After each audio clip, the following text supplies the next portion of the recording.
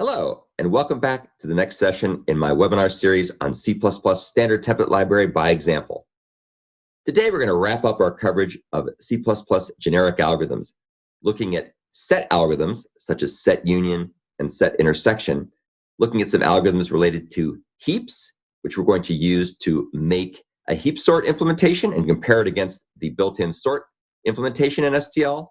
And then finally, we're also going to talk about some of the methods in the Numerics header file, which focuses on things like accumulating and inner product and doing partial sums and so on.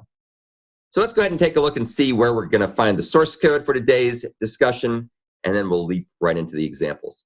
So as always, if you go to my GitHub repository and look in the C++ STL S-12 folder, you'll find the various subfolders we're going to cover today. So speaking of covering, let's jump right into the discussion about set algorithms. So there's a number of algorithms that work on sets: set union, set intersection, set difference, and set symmetric difference. And all of these algorithms assume that the range that they're working on, or ranges that they're working on, are ordered. And we're going to start off by talking about set difference. Set difference is defined by saying it's the elements that are in the first set, the first range, that are not in the second set. And this is what's called a directional operation. There's also a so-called set symmetric difference, which doesn't really care about first or second set. It computes the difference irrespective of which one occurred in which set. As you'll see for all the set algorithms, you can either rely on the default behavior, which is to check for less than on the operations, on the data types that you're doing the operations on, or you can provide a comparison functor if you want. All the examples we're going to use are going to use the less than operation, and they're all going to be doing things on ints. So they have the less than operation is built into the data type itself. So we're going to look at a couple of different examples showing how set difference can be computed. One will be working on built-in arrays, and the other is going to be using an STL set container. So for the built-in array version, which we're going to look at first, you can see that we define two arrays, A1 and A2, and they have different sizes, different numbers of elements. And that's one of the things you can do with set difference. They don't have to be the same size. And then the third array we're going to define here is called answer, if I could call it result also. And that's going to be defined as the difference between the beginning and the end of A1. And it turns out that starting with C++ 17, distance returns a const expr. So you can actually use it to make a static array bounds, as we do here. So answer will have the number of elements that's in array A1. We then go ahead and sort the two arrays using the sort algorithm, and we're using the begin and end helper method to find the beginning and end of those two built-in arrays. Then we go ahead and print out the values in A1 and A2. And then finally, we get to the part that matters, computing the set difference. And you can see the difference in two sets is defined by the elements that occur in the first set, but not in the second one. So in this case, we pass in the first set, A1, beginning and end range, to set difference.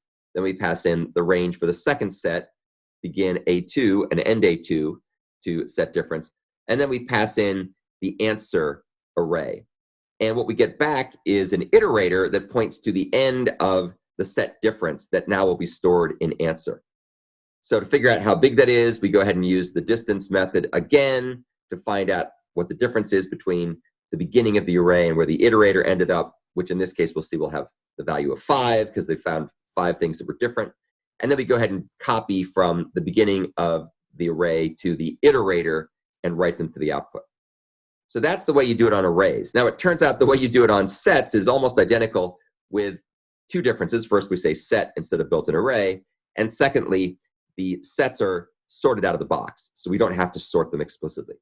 So we start out here giving it the same input that we had for the built-in arrays, except now it's going to be put into set S1 and S2. And we have set S3 that's going to store the answer. As before, we use our little helper methods, begin and end, to print the sets. I didn't have to do it that way. I could have said set1 or S1.begin, S1.end, but I did it this way just to be consistent syntactically. Then I go ahead and compute set difference. Now this is very similar in terms of passing in the input set for S1 and the input set for set 2, but the output is a little different. And that's because what we're going to do is we're going to give it an inserter, which is an iterator adapter that converts the answer set into an output iterator and then sticks the elements at the end of the answer set. And what we get back here is another iterator, which we don't actually use in this case because it turns out that the type of this iterator is a little bit interesting. Let's take a quick look at the type of this iterator. The iterator that comes back here is an insert iterator. It's an iterator adapter. And so that really can't be used to find out the range the way we could for the built-in array. So if you come down here, then you can see that we can compute the distance between the result by just getting the distance between begin and end. We also could have just said answer.size, but this way is being more consistent with the built-in array version. And when we're all done, we go ahead and dump out the results. So let's run this code just for fun and see what the results give us. So as you can see here, it goes ahead and will, for both versions, it'll print out the original set ordered because we sorted it in the case of the array, and it came out of the box sorted with a set. Then we have A2 and S2, which are the other set that we're dealing with. And then in both cases, the set difference between these two sets has 5 elements, and it's basically the odd numbers 1, 3, 5, 7, 9. And that's because what was in the second set were a bunch of even numbers. So of course, the ones that were not in the second set that were in the first set are the odd numbers. Okay, so that's basically talking about set difference. Let's go ahead and talk about what might be a bit more familiar examples of set algorithms, and these will be set intersection and set union. So the second example here will be set intersection, which, as you can imagine, is formed by the elements that are present in both sets. So only the elements that are present in both will be present in the output from this. Once again, you can either rely on the less than algorithm, or you can use the less than operator, or you can use the compare functor. We're always going to rely on the less than operator. And again, it expects everything to be sorted. So in this case, we're going to have built-in arrays again, A1 and A2. You can see the values that they contain. And then we compute the results array, which is going to store the results of the intersection, which we know will not be greater than the size of A1 or A2. So we then go ahead and sort A1 and A2 just like we did before. And then we compute set intersection. And we're going to stick the results into the results array up here. And in this case, we do get back a useful iterator, which will point to the end of the intersection results output iterator. So we're going to go ahead and print out the size of this. So it'll tell us how many elements there are. In this case, there'll be 2 elements because only 10 and 20 appear in A1 and A2. And then we print the results. So when we print the results by running the program, you can see that it has 2 elements in the intersection, and those are the values 10 and 20. All right, that was probably a bit more familiar to you, perhaps, than set difference, which is a useful algorithm, but not as common as set intersection. Here's yet another very common set operation, which is set union, and that, of course, is the set formed by taking elements that are present in either one of the sets or in both. So that's the union of 2 sets. Same thing applies as before. The algorithm expects that these sets will be ordered. So here we're going to have array A1 and array A2, which are not ordered yet. And instead of having an array for the answer, we're going to have a vector, and just called it vector v. It probably should have been consistent. Let's go ahead and be consistent here. Let's go ahead and refactor this to be answer. So now we're more consistent with the other examples.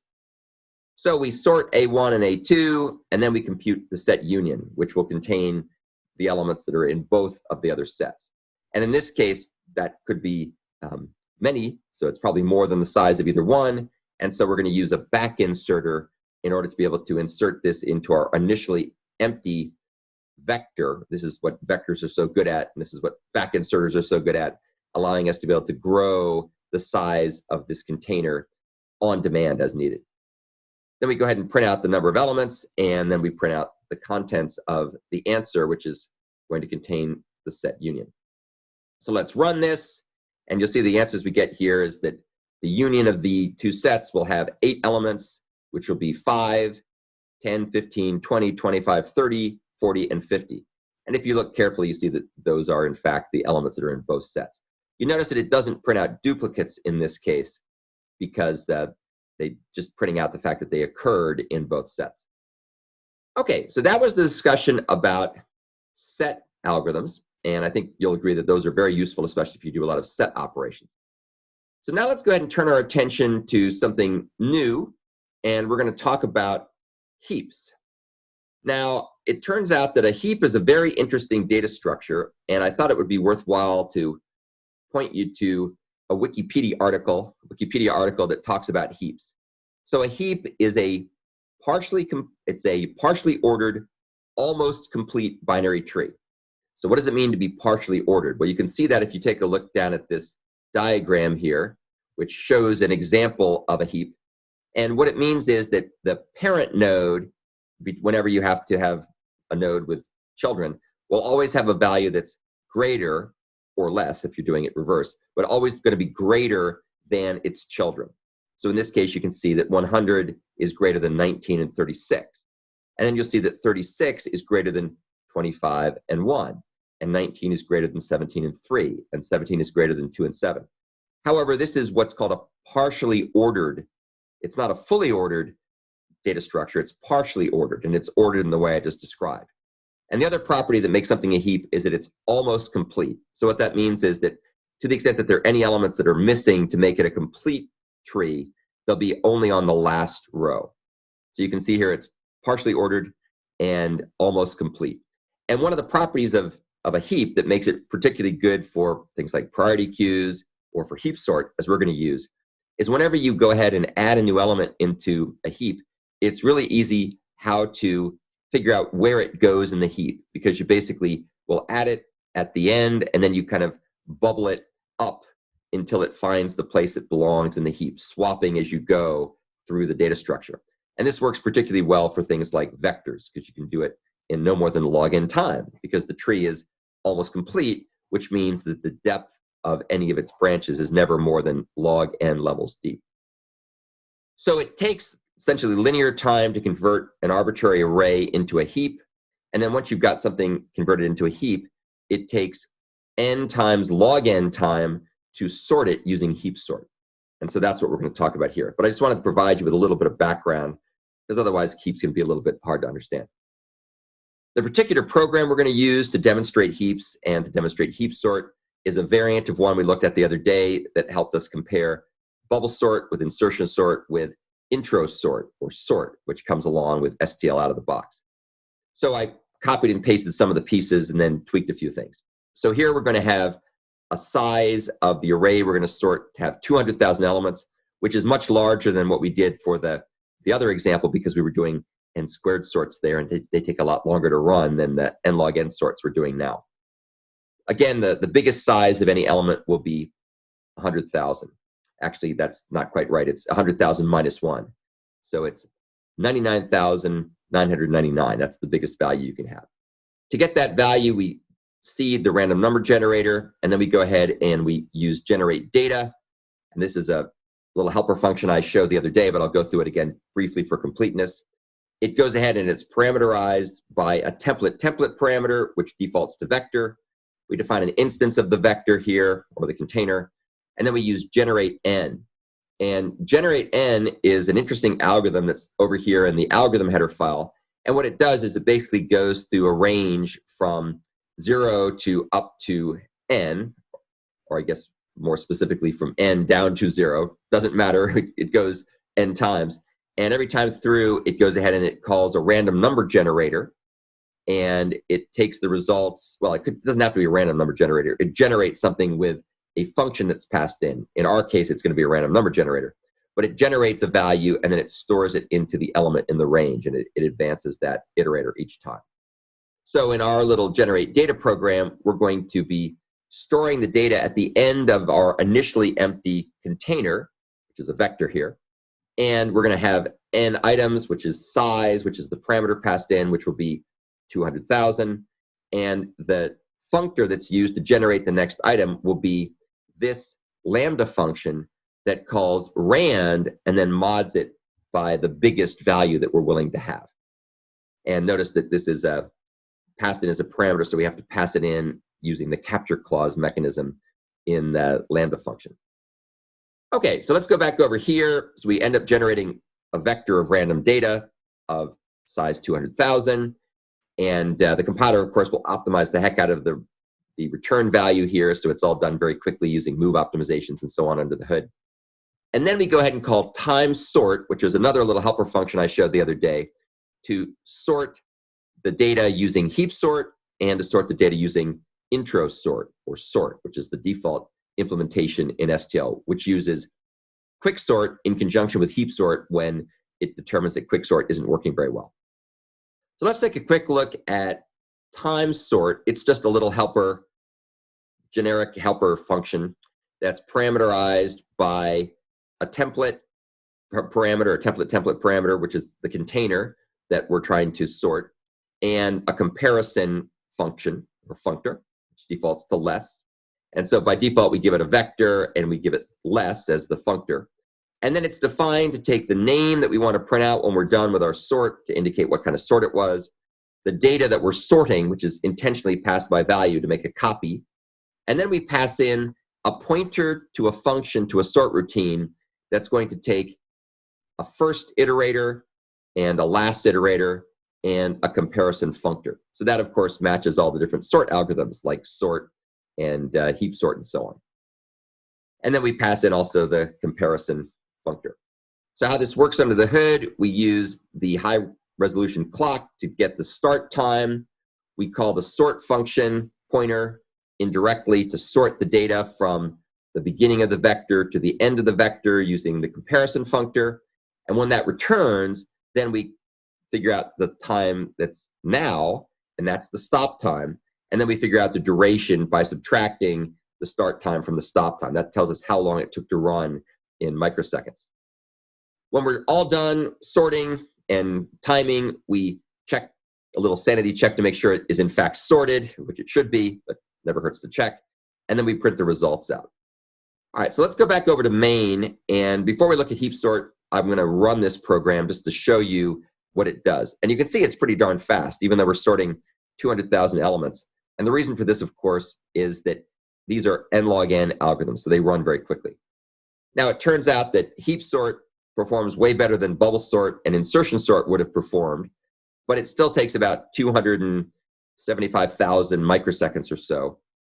In contrast, you can see that sort on the same data with the same size runs in about 62,000 microseconds. So it is substantially faster, which is no surprise.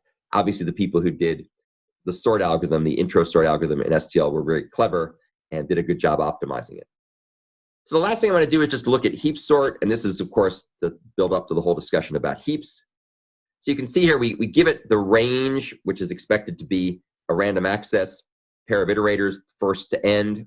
We got 200,000 items in there. And the first thing we do is we come in here and we call the STL helper algorithm make heap. And what make heap does is it takes that range and it converts it into a heap. Remember, the heap had this property we looked at over here where it's partially ordered, almost complete binary tree. And it uses the comparison function to put it in the right place, to organize it so that the item that's say the smallest item is at the beginning, or the biggest item is at the beginning, depending whether we're sorting in ascending or descending order.